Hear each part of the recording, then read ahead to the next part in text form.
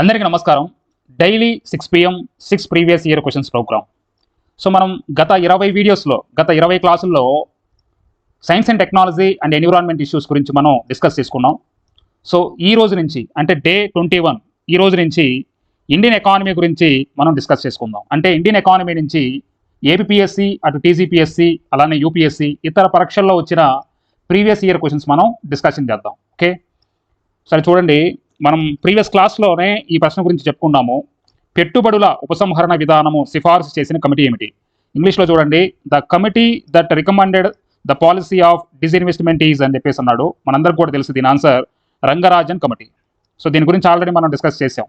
చూడండి, ఈ ప్రశ్నలన్నీ కూడా ఏ ప్రశ్నాపత్రమైనా మన ఏపీఎస్సికి సంబంధించి, సో ఏ ప్రశ్నాపత్రమైనా సరే దాదాపుగా గ్రూప్ 2 సిలబస్ అనేది ఉంటుంది. సో దాదాపుగా అన్ని పరీక్షలకు కూడా గ్రూప్ 2 సిలబస్ అనుగుణంగానే ఉంటుంది. దాదాపుగా గ్రూప్ 2 సిలబసే మేజర్.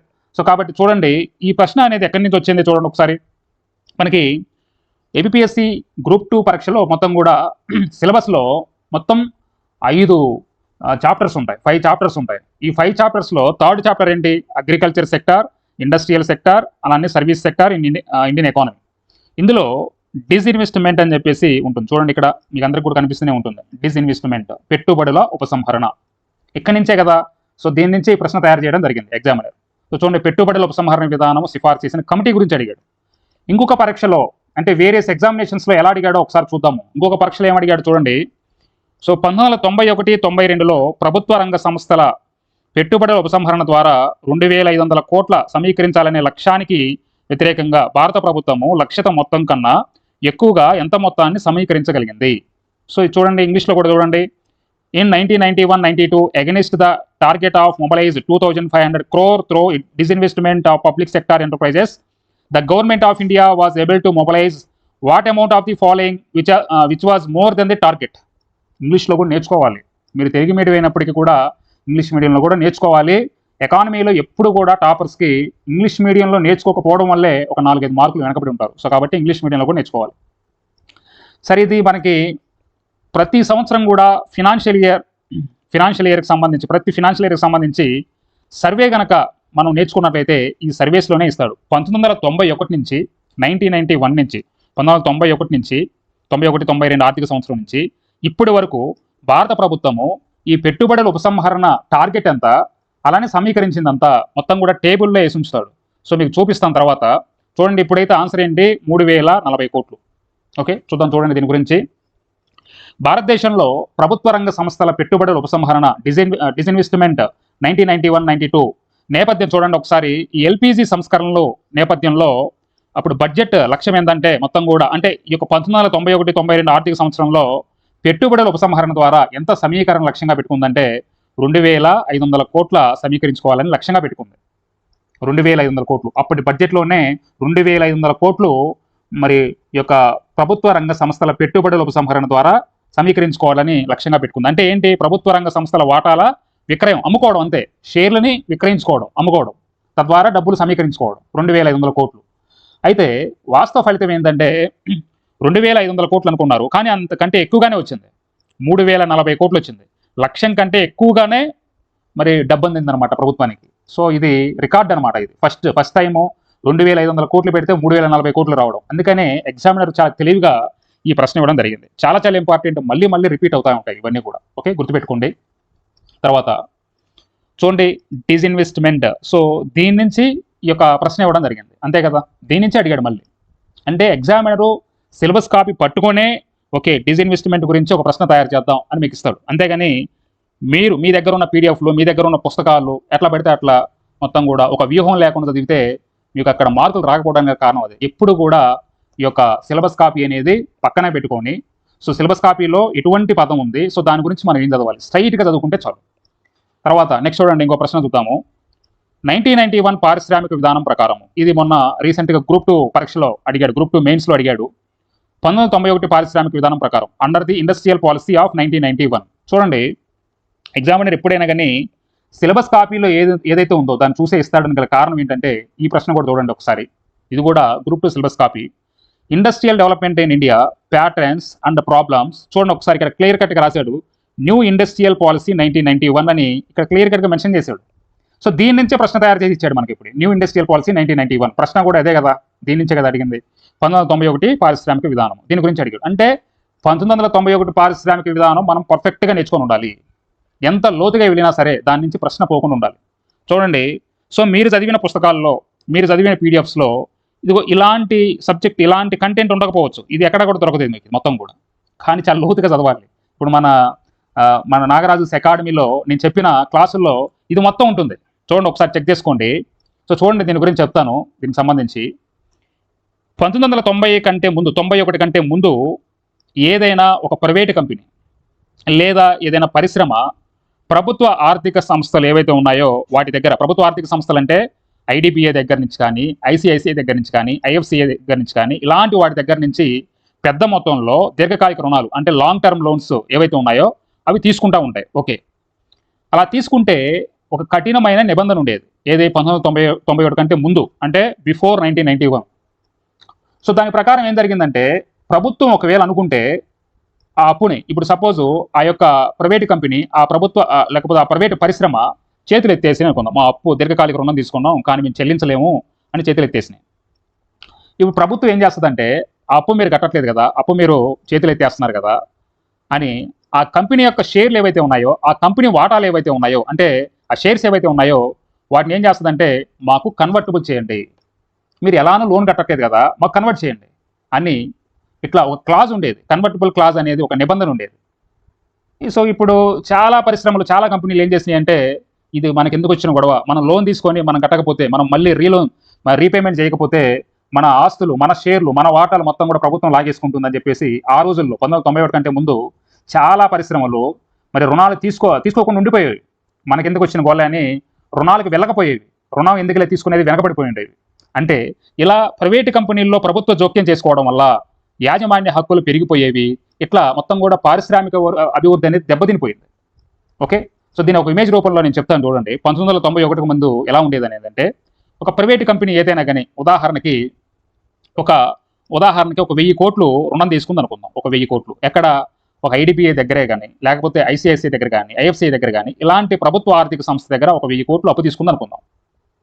తీసుకొని, అంటే మొత్తం కూడా దీర్ఘకాలిక రుణం, భారీ దీర్ఘకాలిక రుణం కదా 1000 కోట్లు అంటే, తీసుకుంది అనుకుందాం.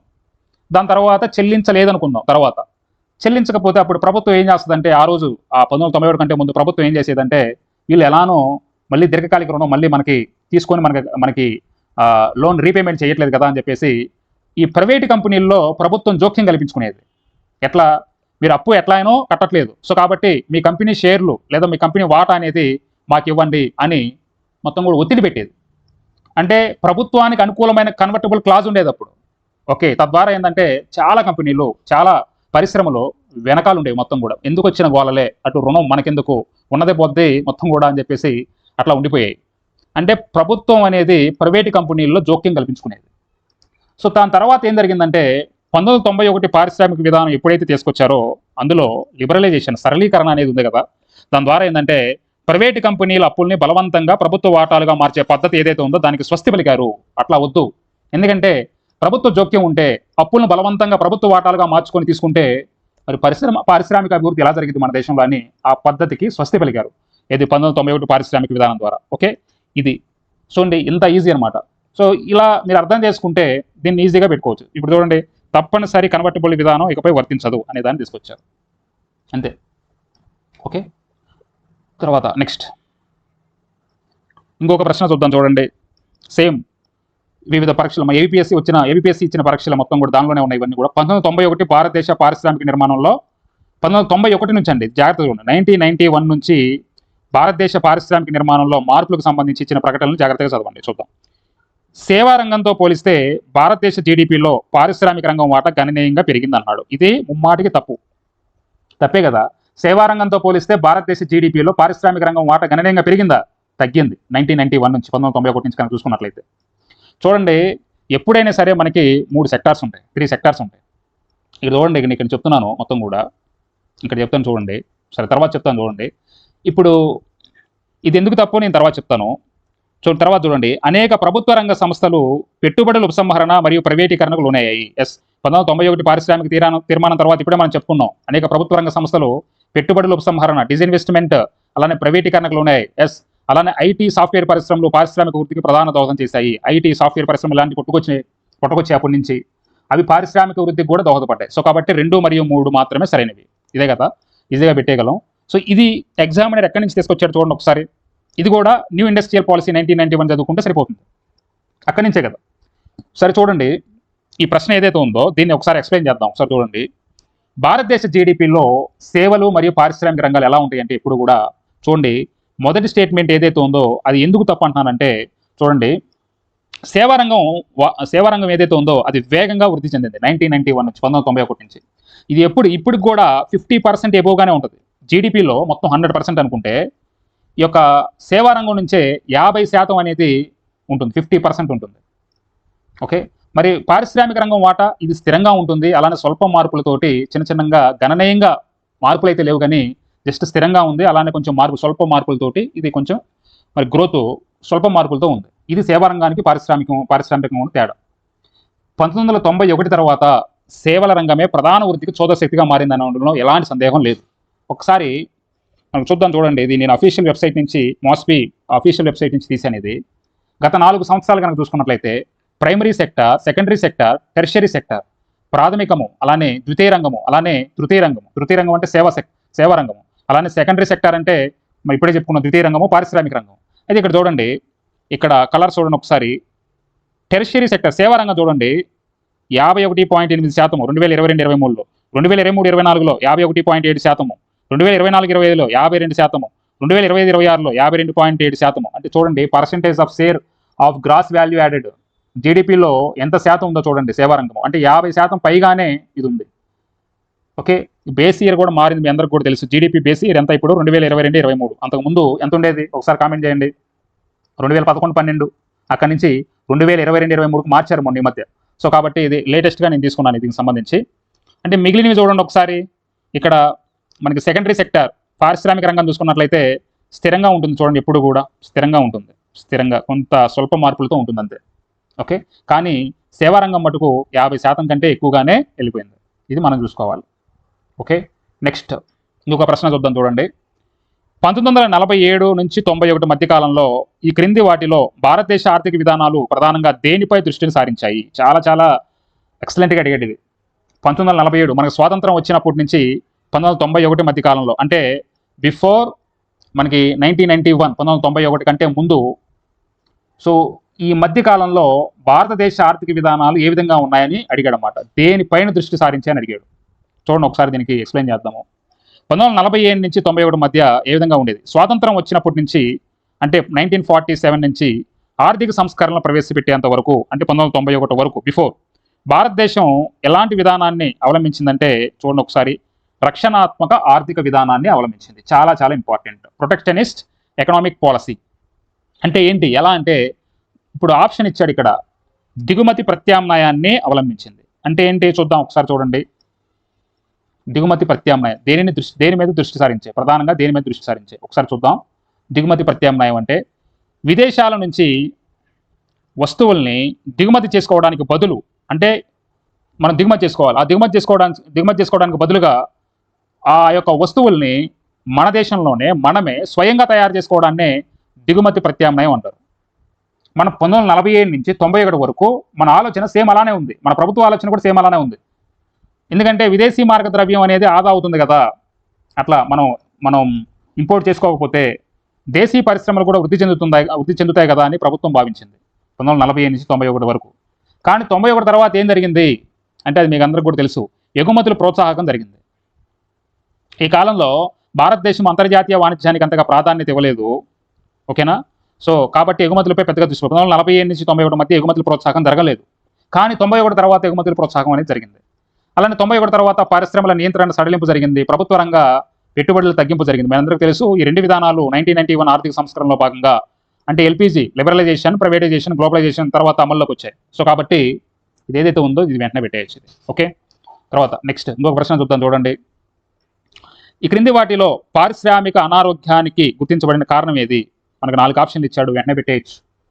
పారిశ్రామిక అనారోగ్యం అన్నా, పారిశ్రామిక రుగ్మత అన్నా ఒకటే, అనారోగ్యం అన్నా రుగ్మత అన్నా ఒకటే. చూడండి ఒకసారి. ఇది కూడా మీకు గ్రూప్ 2 సిలబస్ కాపీ చూసుకున్నట్లయితే చూడండి ఒకసారి. ఇండస్ట్రియల్ సిక్నెస్, దానికి గల కారణాలు కాజెస్, అలానే కాన్సిక్వెన్సెస్, సో అలానే రెమిడియల్ మెజర్స్. అంటే మొత్తం కూడా సిలబస్ కాపీకి మక్కిగా తిప్పేశాడు మొత్తం కూడా. దీని నుంచే ప్రశ్న తయారు చేశాడు. చూడండి, అదే కదా అడిగింది. పారిశ్రామిక అనారోగ్యము లేదా పారిశ్రామిక రుగ్మత అంటే ఏంటి? ఇంగ్లీష్లో ఇండస్ట్రియల్ సిక్నెస్ అంటే ఏంటి?